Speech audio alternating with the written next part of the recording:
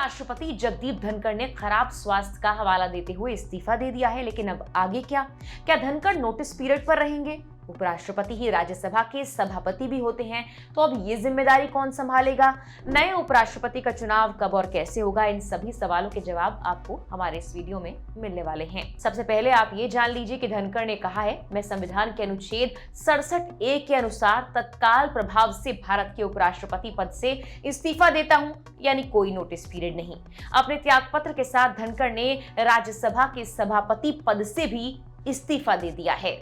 Official website के अनुसार तो अगर उपराष्ट्रपति कार्यकाल खत्म होने से पहले पद छोड़ देते हैं तो संविधान के अनुच्छेद 89(2) और 91 के अनुसार राज्यसभा के उपसभापति या राष्ट्रपति द्वारा नामित किया गया व्यक्ति नए उपराष्ट्रपति का चुनाव होने तक राज्यसभा के सभापति की जिम्मेदारी संभालेगा।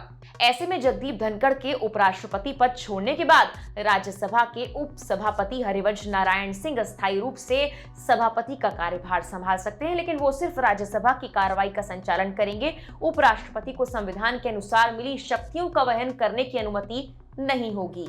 भारत में उपराष्ट्रपति का पद राष्ट्रपति के पद के बाद सर्वोच्च संवैधानिक पद होता है। उपराष्ट्रपति का चुनाव संविधान के अनुच्छेद 63 से 71 और उपराष्ट्रपति चुनाव नियमावली 1974 के तहत होता है। अब जबकि उपराष्ट्रपति का पद खाली है तो चुनाव आयोग को नए उपराष्ट्रपति के चुनाव की व्यवस्था करनी होगी।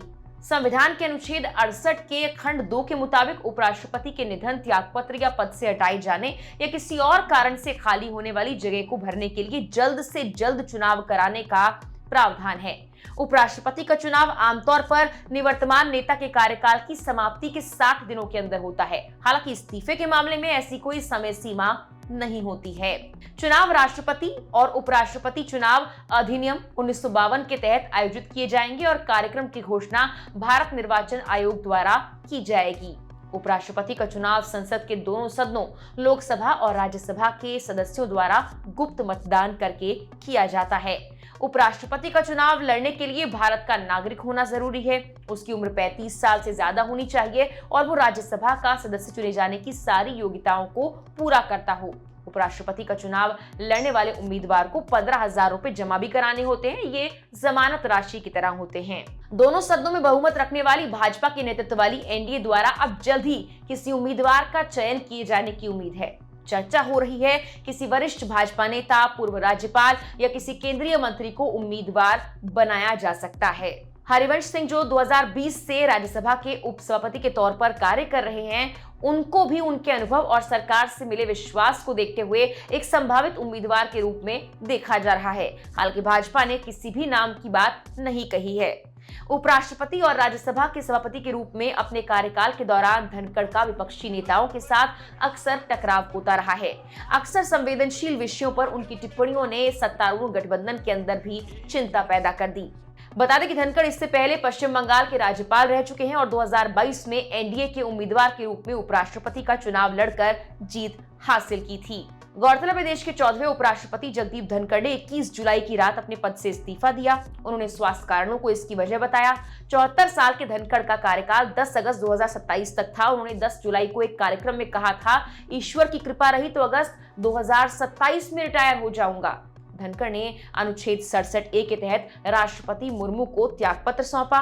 लिखा कि स्वास्थ्य की प्राथमिकता और डॉक्टरी सलाह का पालन करते हुए मैं भारत के उपराष्ट्रपति पद से तत्काल प्रभाव से त्यागपत्र दे रहा हूं। उन्होंने पत्र में राष्ट्रपति को उनके सहयोग और सौहार्दपूर्ण संबंधों के लिए धन्यवाद दिया। प्रधानमंत्री और मंत्रिमंडल को भी सहयोग के लिए आभार जाहिर किया। हालांकि राष्ट्रपति की मंजूरी के बाद उनका इस्तीफा प्रभावी होगा। 11 अगस्त 2022 को धनखड़ ने उपराष्ट्रपति पद की शपथ ली थी। उपराष्ट्रपति चुनाव में उन्होंने विपक्ष की उम्मीदवार मार्गरेट अल्वा को हराया था। धनखड़ को कुल 725 में से 528 वोट मिले थे, जबकि अल्वा को 182 वोट मिले थे। इस वक्त संसद का मॉनसून सत्र चल रहा है। सत्र के बीच में पद से इस्तीफा देने वाले धनखड़ देश के पहले उपराष्ट्रपति हैं। साथ ही कार्यकाल के बीच में इस्तीफा देने वाले वो तीसरे उपराष्ट्रपति भी हैं। फिलहाल के लिए इस वीडियो में इतना ही।